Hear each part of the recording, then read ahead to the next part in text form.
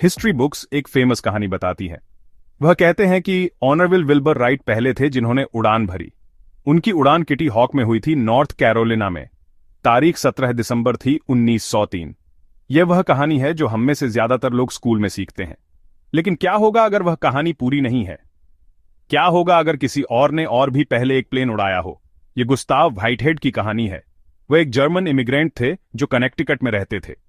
कुछ लोगों का मानना है कि उन्होंने एक पावर्ड फ्लाइट की थी राइट ब्रदर्स से 2 साल से भी ज्यादा पहले। 20वीं सदी की शुरुआत में दुनिया उड़ने के लिए बेताब थी। हजारों सालों से लोग उड़ने का सपना देख रहे थे। उन्होंने पक्षियों को देखा, उन्होंने उड़ने वाली मशीनों के चित्र बनाए। 1800 के दशक के आखिर तक यह सपना पहले से कहीं ज्यादा करीब लग रहा था। हॉट एयर बैलून बहुत पहले से थे, ग्लाइडर भी ज्यादा कॉमन हो रहे थे। जर्मनी में ऑटो लिलियंथल जैसे बहादुर लोगों ने शानदार ग्लाइडर उड़ानें भरी। लिलियंथल कई लोगों के लिए हीरो थे। राइट ब्रदर्स उनसे इंस्पायर हुए। गुस्ताव व्हाइटहेड भी उनकी तारीफ करते थे। वे 3 पहेलियों को सुलझा रहे थे। पहला, लिफ्ट के लिए पंख। दूसरा, एक हल्का लेकिन पावरफुल इंजन, थ्रस्ट। तीसरा, उड़ान को कंट्रोल करने का एक तरीका, कंट्रोल। कई लोग करीब आ रहे थे, लेकिन किसी ने भी तीनों को एक साथ नहीं सुलझाया। यह एक्साइटिंग और खतरनाक था। कई शुरुआती कोशिशें फेल हो गईं। गुस्ताव व्हाइटहेड की कहानी में सबसे इंपॉर्टेंट दिन है 14 अगस्त 1901। कहानी के हिसाब से यही वो दिन था जब उन्होंने उड़ान भरी थी। यह बहुत सुबह हुआ था, सूरज निकलने से पहले। व्हाइटहेड और उनके कुछ हेल्पर्स उनके नए एयरप्लेन को फेयरफील्ड, कनेक्टिकट के एक खेत में ले गए। प्लेन का नाम नंबर 21 था। यह बहुत अजीब दिखता था, चमगादड़ जैसे बड़े पंखों वाला, एक चिड़िया जैसा। इसमें 2 इंजन थे। एक इंजन जमीन पर पहियों को घुमाता था, दूसरा ज्यादा पावरफुल इंजन उड़ने के लिए प्रोपेलर को घुमाता था। प्लेन बांस का बना था, स्टील के तार का, रेशम का। यह एक नाजुक, कॉम्प्लेक्स मशीन थी। यह कहानी एक न्यूज़पेपर रिपोर्टर ने लिखी थी, रिचर्ड हॉवेल। वह ब्रिजपोर्ट हेराल्ड के लिए काम करते थे। उन्होंने दावा किया कि वह उस सुबह वहां थे। उन्होंने कहा कि उन्होंने यह पूरी चीज होते हुए देखी। व्हाइटहेड की स्टोरी के साथ सबसे बड़ी प्रॉब्लम क्लियर प्रूफ की कमी है। स्पेसिफिकली फ्लाइट की कोई अच्छी फोटोग्राफ्स नहीं है। न्यूज़पेपर आर्टिकल में बताया गया था कि एक फोटो ली गई थी, लेकिन कोई ओरिजिनल फोटो कभी नहीं मिली। इन सालों में कुछ ब्लरी पिक्चर्स सामने आई हैं। सपोर्टर्स क्लेम करते हैं कि ये एयर में व्हाइटहेड के प्लेन की फोटोज हैं। हालांकि एविएशन हिस्टोरियंस ने इन इमेजेस को बहुत क्लोजली स्टडी किया है। मोरतर एक्सपर्ट्स एग्री करते हैं कि वे प्रूफ के लिए इतनी क्लियर नहीं हैं। वे फेक हो सकती हैं या वे कुछ और ही हो सकती हैं। एक क्लियर फोटोग्राफ के बिना ये एक आदमी के वर्ड्स बनाम हिस्ट्री है। ये मिसिंग फोटो व्हाइटहेड के क्लेम में एक बड़ा होल है। एक और मेजर प्रॉब्लम खुद गुस्ताव व्हाइटहेड की साइलेंस है। 1901 में अमेजिंग न्यूज़पेपर रिपोर्ट के बाद वह वर्ल्ड फेमस पायलट नहीं बने। उन्होंने कभी पब्लिक में फिर से उड़ान नहीं भरी। उन्होंने अपनी मशीन इंपॉर्टेंट लोगों या साइंटिस्ट्स को नहीं दिखाई। व्हाइटहेड की कहानी में सबसे बड़े मिथ्स में से एक स्मिथसोनियन इंस्टीट्यूशन से जुड़ा है। यह वॉशिंगटन डीसी का फेमस म्यूजियम है, जहां राइट ब्रदर्स का 1903 फ्लायर रखा है। कुछ व्हाइटहेड समर्थक कहते हैं कि एक सीक्रेट डील हुई थी। वे कहते हैं कि स्मिथसोनियन ने राइट परिवार के साथ एक कॉन्ट्रैक्ट किया था। इस कॉन्ट्रैक्ट में कथित तौर पर कहा गया था कि म्यूजियम कभी यह दावा नहीं करेगा कि राइट से पहले किसी ने उड़ान भरी थी। लोगों का मानना है कि यही वजह है कि स्मिथसोनियन ने हमेशा व्हाइटहेड के दावे को रिजेक्ट किया है। 1948 में एक कॉन्ट्रैक्ट साइन हुआ था, जब राइट फ्लायर को म्यूजियम को दिया गया था। उस कॉन्ट्रैक्ट में एक नियम था। उसमें कहा गया था कि स्मिथसोनियन को फ्लायर को हमेशा पहली ऐसी मशीन बताना होगा जिसने लगातार नियंत्रित पावर्ड फ्लाइट भरी हो। यह कॉन्ट्रैक्ट एक दूसरे डिस्प्यूट से आया था। स्मिथसोनियन ने एक बार सैमुअल लैंगली को पहले उड़ने वाले के रूप में सपोर्ट किया था। राइट्स इस बात से नाराज थे और चाहते थे कि इसे ठीक किया जाए। इस कॉन्ट्रैक्ट ने उस पुरानी गलती को ठीक किया, न कि व्हाइटहेड को छुपाने के लिए। एक और गलतफहमी टेक्नोलॉजी के बारे में है। कुछ लोगों को लगता है कि व्हाइटहेड का एयरप्लेन बहुत सिंपल था या उड़ने के लिए अजीब था। उनके नंबर 21 में पक्षियों जैसे फोल्डिंग विंग्स थे और प्लेन को कंट्रोल करने के लिए शिफ्टिंग बॉडी वेट का इस्तेमाल किया जाता था। गुस्ताव व्हाइटहेड की मिस्ट्री सॉल्व करने के लिए कुछ लोगों ने बहस करना बंद कर दिया और बनाना शुरू कर दिया। हाल के सालों में कई ग्रुप्स ने उनके नंबर 21 एयरप्लेन की रेप्लिका बनाने की कोशिश की है। उनका गोल सिंपल था। वे देखना चाहते थे कि उनके डिजाइन से बना एक प्लेन सच में उड़ सकता है या नहीं। अगर एक मॉडर्न रेप्लिका उड़ सकती तो यह साबित नहीं होता कि व्हाइटहेड 1901 में उड़े थे, लेकिन यह दिखाता कि उनका डिजाइन उड़ान भरने के काबिल था। सबसे फेमस रेप्लिका प्रोजेक्ट्स में से एक कनेक्टिकट में एंडी कोस्ट नाम के एक आदमी ने लीड किया था। 1980 के दशक में कोस्ट और उनकी टीम ने नंबर 21 की एक रेप्लिका बनाई।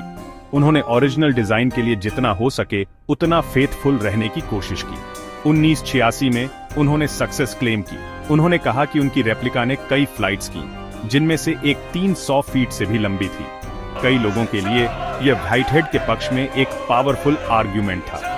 हालांकि इन रेप्लिका फ्लाइट्स के अपने कंट्रोवर्सीज हैं। फॉर एग्जाम्पल, वे अक्सर मॉडर्न इंजन यूज करते हैं जो ओरिजिनल से ज्यादा भरोसेमंद होते हैं।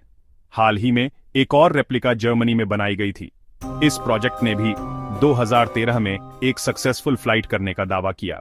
जब हम गुस्ताव व्हाइटहेड की तुलना करते हैं और राइट ब्रदर्स की, तो हमें आविष्कार के दो बहुत अलग तरीके दिखते हैं। राइट ब्रदर्स बहुत सिस्टमैटिक थे। वे साइंटिस्ट्स की तरह थे। उन्होंने प्रॉब्लम के हर एक पार्ट को स्टडी किया। उन्होंने सैकड़ों विंग शेप्स को टेस्ट करने के लिए एक विंड टनल बनाई। उन्होंने हवा में कंट्रोल सीखने के लिए सालों तक ग्लाइडर टेस्ट किए। उन्होंने डिटेल्ड डायरीज रखी और बहुत सारी फोटोग्राफ्स ली। गुस्ताव व्हाइटहेड का तरीका बहुत अलग था। वह एक सहज, हैंड्स ऑन मैकेनिक थे। उन्होंने करके सीखा। वह कुछ बनाते, उसे टेस्ट करते, जो गलत होता उसे ठीक करते, फिर दोबारा बनाते। उन्होंने कोई डिटेल्ड नोटबुक या पेपर्स नहीं छोड़े। उनकी वर्कशॉप बनाने की जगह थी, लैब नहीं। यही वजह है कि हम उनके बारे में इतना कुछ जानते हैं। 17 दिसंबर 1903 को विटनेस और कैमरे के साथ उन्होंने अपनी सक्सेस को कैप्चर किया। आप सोच रहे होंगे कि यह पुरानी कहानी आज भी क्यों इंपॉर्टेंट है। राइट ब्रदर्स ने एक सदी से भी पहले उड़ान भरी थी। अब हमारे पास ऐसे जेट्स हैं जो साउंड की स्पीड से भी तेज उड़ते हैं, रॉकेट्स जो मून तक जाते हैं। फर्स्ट कौन था, यह क्यों मायने रखता है? गुस्ताव व्हाइटहेड की कहानी इसलिए इंपॉर्टेंट है क्योंकि यह सिर्फ एक उड़ान से कहीं ज्यादा है। यह इस बारे में है कि हिस्ट्री कैसे लिखी जाती है। यह हमें याद दिलाता है कि जो स्टोरेज हम सीखते हैं वे हमेशा कंप्लीट पिक्चर नहीं होती हैं। हिस्ट्री सिर्फ फैक्ट्स का एक सेट नहीं है, यह पास्ट का एक इंटरप्रिटेशन है। कभी कभी उस इंटरप्रिटेशन को नए एविडेंस से चैलेंज किया जा सकता है। नए पर्सपेक्टिव्स, ये कंट्रोवर्सी प्रूफ की इंपॉर्टेंस को दिखाती है। दोनों तरफ के लोग लगातार नए एविडेंस की तलाश में रहते हैं। इसके अलावा गुस्ताव व्हाइटहेड की कहानी एक अंडरडॉग की कहानी है। एक मैकेनिक जो कम पैसे में काम कर रहा था। वह साइंटिफिक एस्टेब्लिशमेंट का पार्ट नहीं था।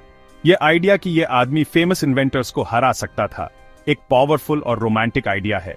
लोग अभी भी पुराने न्यूज़पेपर आर्काइव्स खंगाल रहे हैं और उस खोई हुई फोटोग्राफ की तलाश कर रहे हैं। मॉडर्न रेप्लिका प्रोजेक्ट्स हिस्ट्री को बहुत रियल तरीके से जिंदा करते हैं। यह चलती हुई कंट्रोवर्सी इंश्योर करती है कि हम फ्लाइट की स्टोरी को एक फिनिश्ड चैप्टर के रूप में एक्सेप्ट न करें।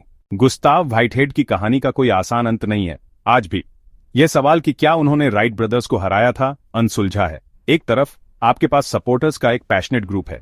वे डिटेल में 1901 के न्यूज़पेपर आर्टिकल को पॉइंट आउट करते हैं, विटनेस स्टेटमेंट्स और मॉडर्न रेप्लिका की सक्सेस को। उनका मानना है कि व्हाइटहेड एक भुला दिए गए जीनियस थे और रिकॉग्निशन के हकदार हैं। उनके लिए एविडेंस हिस्ट्री बुक्स को फिर से लिखने के लिए काफी स्ट्रैंग है। दूसरी तरफ ज्यादातर मेनस्ट्रीम एविएशन हिस्टोरियंस अब भी कन्विंस्ड नहीं हैं। वे हार्ड प्राइमरी एविडेंस की पूरी कमी को पॉइंट आउट करते हैं। कोई डेफिनेटिव फोटोग्राफ या ओरिजिनल टेक्निकल ड्राइंग्स नहीं है।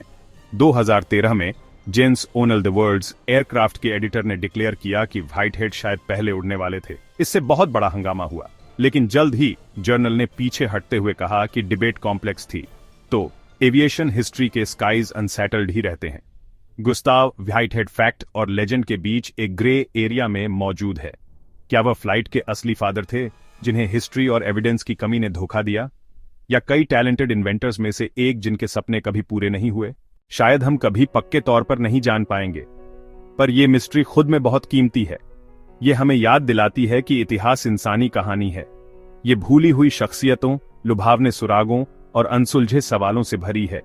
ये बहस हमें फ्लाइट की शुरुआत को हैरानी, जिज्ञासा और थोड़ी बहुत स्केप्टिसिज्म के साथ देखने को मजबूर करती है। दोनों तरफ के लोग लगातार खोज रहे हैं, सबूतों को दोबारा देख रहे हैं और रेप्लिकास बना रहे हैं।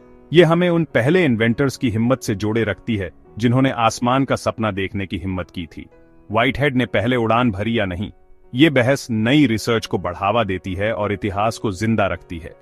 मॉडर्न एक्सपेरिमेंट्स दिखाते हैं कि उनके आइडियाज पागलपन नहीं थे, वे काम कर सकते थे। तो सवाल पूछते रहो, सबूत ढूंढते रहो। जब लोग गहराई से खोजते हैं तो इतिहास बढ़ता और बदलता है। गुस्ताव व्हाइटहेड की कहानी सच और कहानी के बीच है, पर यह हमें याद दिलाती है कि जिज्ञासा क्यों जरूरी है।